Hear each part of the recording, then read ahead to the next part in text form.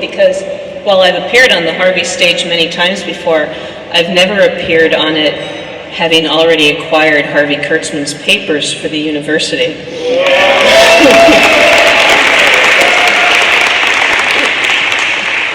But enough about me. In early 1969, MIT student Richard Pini went to his drugstore,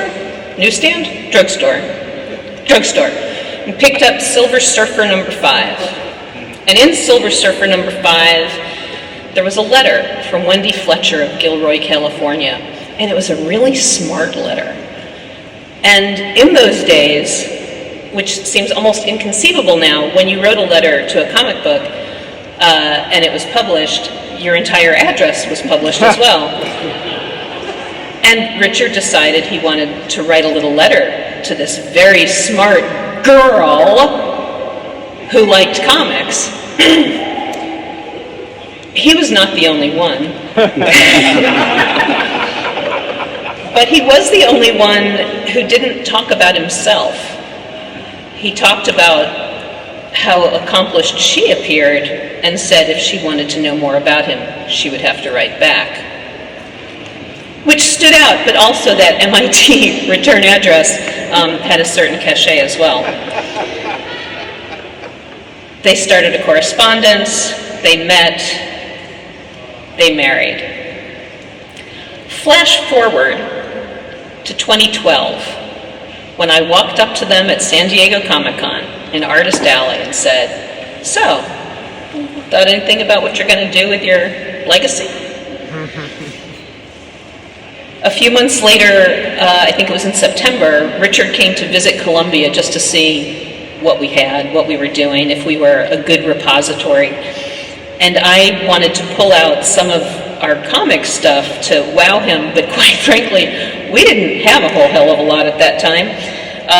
And one of the things we did have was about 1,600 issues of Silver Age comics that had been donated in the 70s by a graduate of our former library school. And I just asked for a random box to be paged. I opened that box. Those comics were not being stored very well. They were tied in 4 stacks with library tape, which was not doing the best for them, but I just pulled out the top one closest to me, and on the top of it was Silver Surfer number 1. Richard said, can you untie that? Yeah, I can untie that. May I? Yeah, feel free. And he puts aside number 1, number 2, number 3, number 4, pulls out Silver Surfer number 5, says, "Want to see something cool?" And that's when I knew that their papers were coming to Columbia.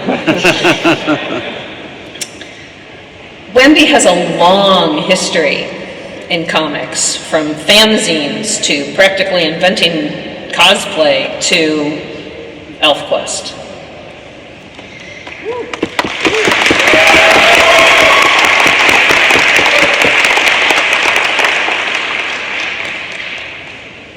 I can't even tell you how many people have come to me and said, ElfQuest got me through high school. When I got their papers, it included things like a bed sheet from a fan club in the Netherlands that was covered with fan art. They have an international, when we posted that we acquired them, it was covered by blogs in France. They have an international following.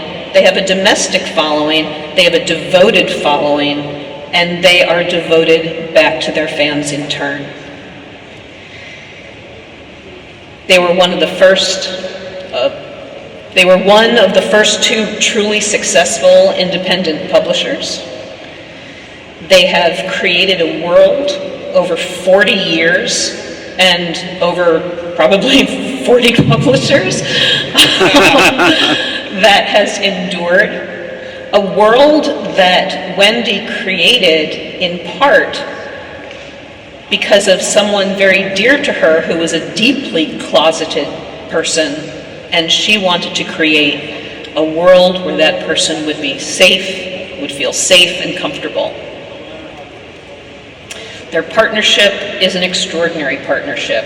Richard co-plots with Wendy, but he is also refreshingly the businessman to her creativity, as opposed to so many partnerships where it is the woman who is the business person to the creative genius. But they are so much more than ElfQuest. They have in their papers adaptations of Michael Moorcock's Stormbringer and adaptations of Mask of the Red Death. And that has been yet another field to conquer, as Wendy has adapted that into an animated musical that recently won Telly Award.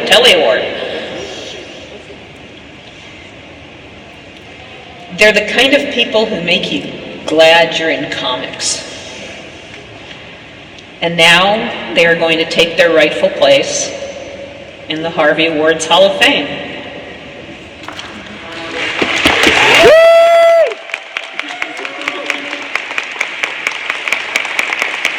I have to tell you when they come up that Wendy is going to sound like she's very emotional. But it's actually that she had peanuts and she's full of Benadryl. I am honored to invite up Wendy and Richard Pini to be inducted into the Harvey Awards Hall of Fame.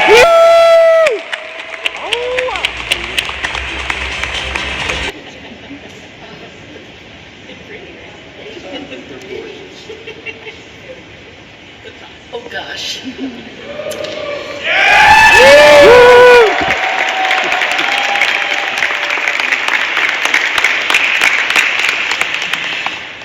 What an irony that on a night that I wanted you to hear my voice more than anything, this isn't exactly my voice, so please laugh. I encourage you to laugh. I want you to hear my voice so that you can hear me thank some people that mean the world to us. First and foremost, Karen, because our lives changed and went up to another level when she came up to us in 2012. We want to thank our amazing, wonderful friend and publisher, Mike Richardson, our publisher for over 14 years, who is helping us perpetuate our legacy with ElfQuest. I want to thank my brother in all but blood, my colorist and assistant artist for a quarter of a century, Sonny Strait. And David Misajewski, our social media director, but more than that, someone who's like a son to us. He's been everything, a friend, an assistant, a helper, inspiration, and a young person who helps us stay in touch with what's going on right now. So thank you for listening to my voice as I say these thanks. And just, it's been an amazing, wonderful, almost 50-year ride. We've had such a good time in this industry. So much love to everybody in this room.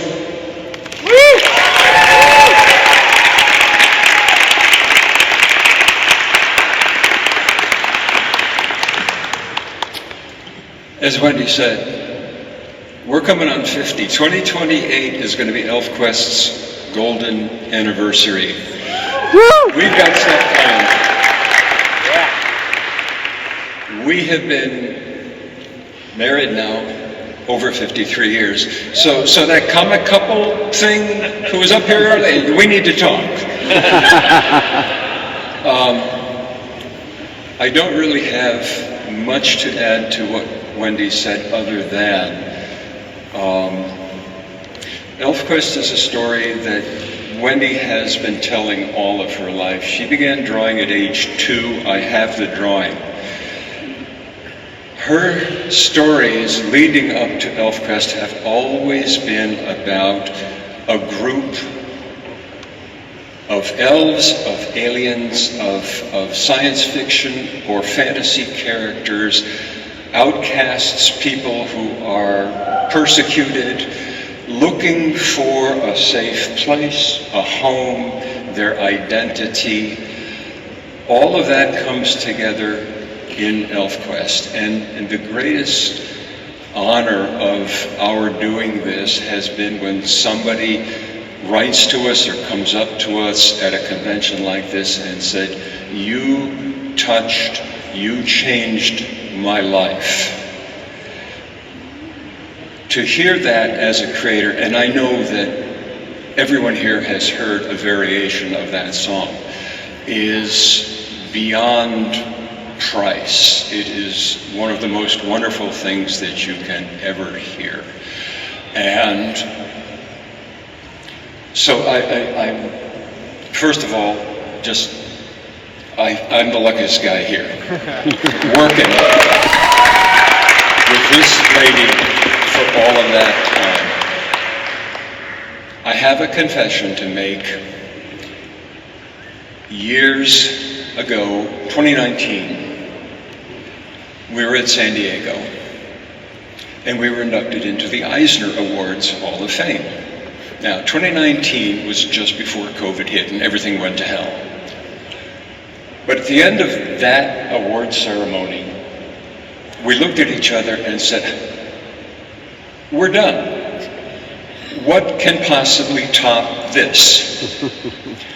I want to thank everybody connected to New York Comic Con, the steering committee, Alex Ray, John Lind, everybody for providing the answer to that question.